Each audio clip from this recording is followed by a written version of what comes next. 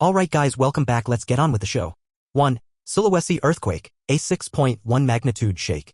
A 6.1 magnitude earthquake hit near Indonesia's Sulawesi island, but fortunately no damage or injuries have been reported. The quake's epicenter was offshore near North Sulawesi at a depth of 10 kilometers. Indonesia sits on the Ring of Fire where tectonic plates meet, causing frequent earthquakes. Sulawesi has experienced deadly quakes in the past, like the 6.2 magnitude quake in 2021 and a devastating 7.5 magnitude quake in 2018. 2. Indonesia's stock market struggles. On Thursday, Indonesia's stock market dropped by 1.55%, reaching its lowest point in 3 years. This decline mainly affected sectors like finance, infrastructure, and agriculture. While some companies like Satnusa Persada Tbk saw strong gains, the market overall was down. The Indonesian rupiah weakened against the US dollar and oil prices rose slightly while gold prices fell. 3. Indonesia's new investment fund, Danantara. Indonesia is launching Danantara, a new investment fund designed to manage the country's state-owned companies, SEs. This fund will allow President Prabowo Subianto to have more control over billions of dollars in earnings and boost the economy. It aims to fund projects, particularly in renewable energy and food production, but concerns about corruption and spending outside usual rules have been raised. 4. Apple and Indonesia's deal to lift iPhone ban. Indonesia and Apple have reached an agreement to lift the ban on the iPhone 16. The ban was due to Apple's failure to meet a requirement that smartphones sold in Indonesia must have 35% locally made parts. As part of the deal, Apple will invest $1 billion to build a manufacturing plant in Indonesia, but production of iPhones won't start immediately. 5. Strengthening Russia-Indonesia defense ties.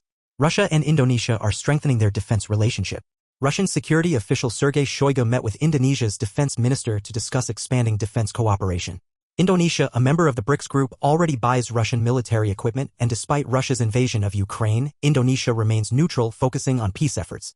6. Indonesia's $200 million aid for Palestinians. Indonesia has launched a campaign to raise $200 million in aid for Palestinians, particularly to rebuild Gaza. The campaign is supported by the government and various organizations and reflects Indonesia's strong stance on Palestinian statehood. Since the war began, Indonesia has sent aid and increased its contribution to the UN's Palestinian refugee efforts. 7. Pullman Bali earns Green Globe certification. Pullman Bali Legian Beach has earned the Green Globe certification for its commitment to sustainability. The resort has adopted eco-friendly practices like managing rainwater, reducing soil erosion, and supporting local communities. It also promotes cultural preservation and inclusivity by employing people with disabilities and supporting educational programs. 8. Indonesia's renewable energy goals. Indonesia is updating its national power supply plan, aiming to have 35% of its energy come from renewable sources by 2034. The plan includes adding 71 gigawatts of new energy capacity, with solar energy leading the charge.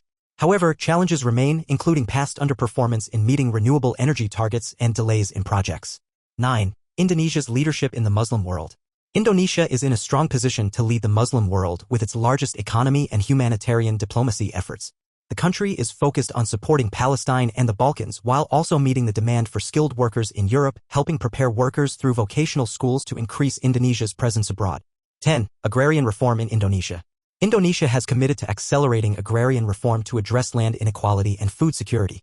Currently, 68% of the land is controlled by just 1% of the population, causing land grabbing and conflicts.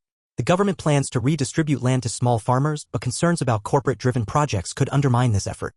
Experts believe strong leadership and a clear plan are needed for successful agrarian reform.